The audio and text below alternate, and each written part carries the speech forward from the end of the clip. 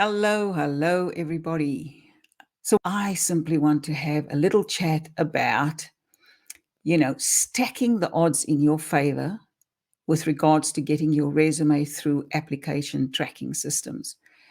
So most of the job hiring, the first stage of job hiring or the first stage in the job hiring process is to get your resume through an application tracking systems. There are just too many applications that go into a particular role. Hi, Tanya, how are you?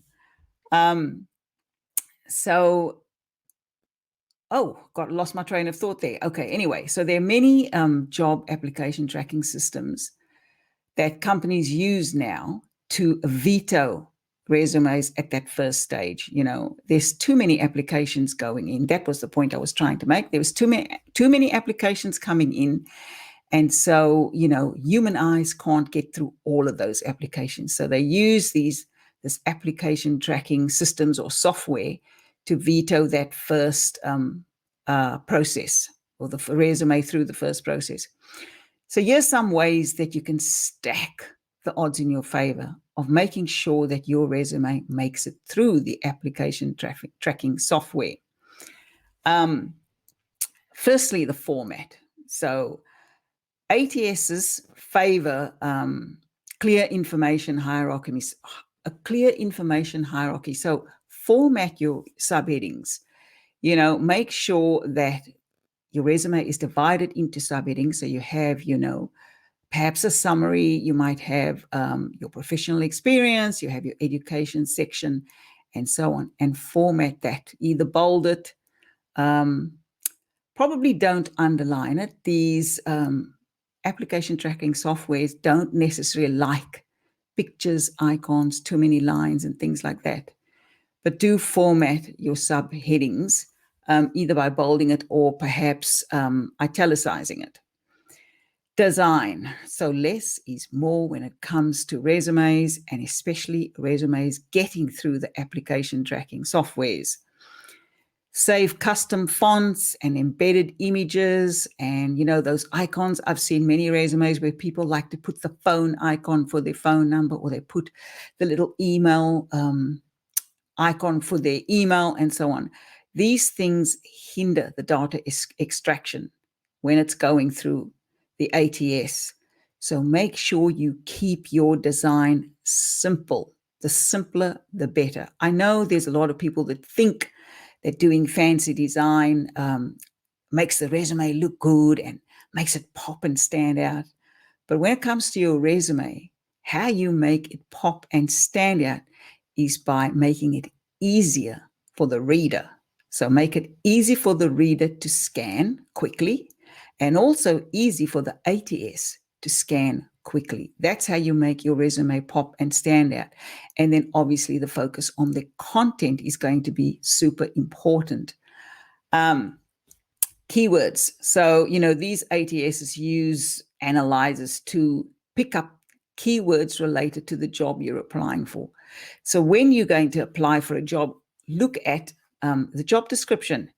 Look at the keywords that are prevalent in the job description. So often you're going to find the list of duties because they all have. So if you're a business analyst, no matter how you see, say, for example, a business analyst position being advertised, no matter how you see that, you're going to see the common responsibilities or expectations of those roles. So you're going to see things like business requirements. You're going to see things like having Visio competencies to draw out those pathways that business analysts obviously do in their role. So their common roles are going to have their common keywords. So use the keywords appropriate to the job ad so that it scans quickly through the ATS. With regards to headers and footers, so I'm not sure why this happens, because obviously I don't know how ATSs have been designed, but what I do know is that it doesn't always pick up important information if that important information exists in your header and footer.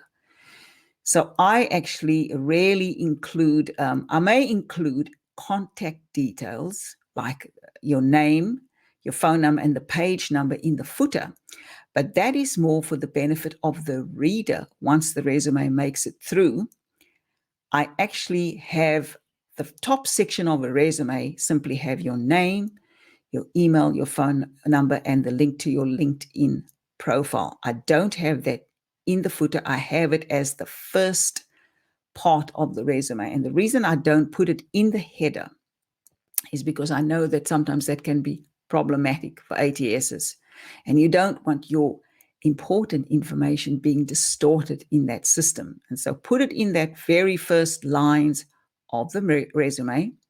Perhaps simply put your name, mobile number, and page number in the footer so that once the resume makes it through, sometimes recruiters, the readers of your resume, or hiring managers like to print out a resume. And, if they've got stacks of resumes, they're reading through.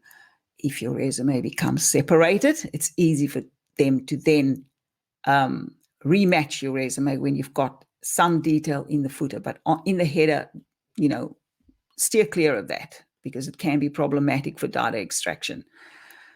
File type. So there's a lot of people that like to use PDFs. And here again, I can't give you all the reasons why, but PDFs don't tend to scan very well through ATSs. And I've also seen PDFs when I have used it once or twice, actually change data detail.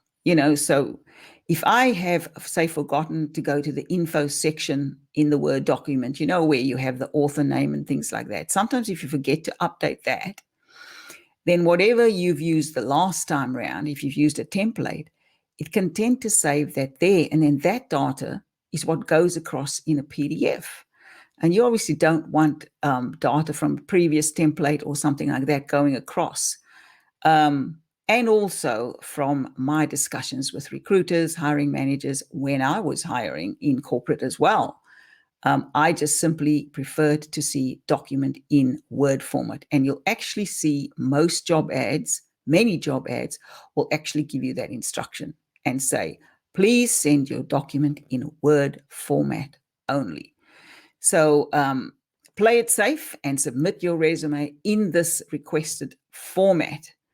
And then the other thing I want to say, when you're working through your keywords, you want to focus on your achievements. So when you look at a job description, look at the requirements and then try and use examples of your achievements in previous roles to demonstrate how you can answer or meet that selection criteria. Achievements is where it's at, and achievements is where you need to stack the keywords and make sure the keywords are aligning to the job description. These days, recruiters and hiring managers don't want to see long laundry lists of tasks and responsibilities. They want to know quickly how you contribute, how you can add value to their project, to the company, to the team. And you do that, you demonstrate that by highlighting and focusing on your relevant achievements. And if you can, you stack those achievements with metrics, so numbers to back up the achievement, to give the achievement context. So that's it. Some simple tips on how to stack the deck in your favor to make sure your resume can get through an application tracking software or system without being distorted. And so it lands on the other end at the recruiter's desk or the hiring manager's desk. And it's easy for them to then read and call you back and give you an interview. So make sure the format is in its hierarchy, that it's simple, that you formatted your subheadings. Keep your design simple. No fancy resumes, no fancy embedded images, no pictures, no photos, no tables, not too many lines. Keywords, use keywords, particular keywords around achievements.